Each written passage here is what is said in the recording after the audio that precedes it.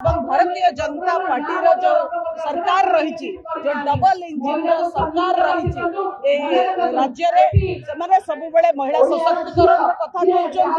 सब जातीयतावाद कथा कहते राष्ट्रवादी कथा कहते किंतु देश को रक्षा करुवा आर्मी ऑफिसर ऊपर माड़ है बेले सरकार चुप अच्छी महिला माड़ है बेलू सरकार चुप अच्छी तेणु ये सरकार कौन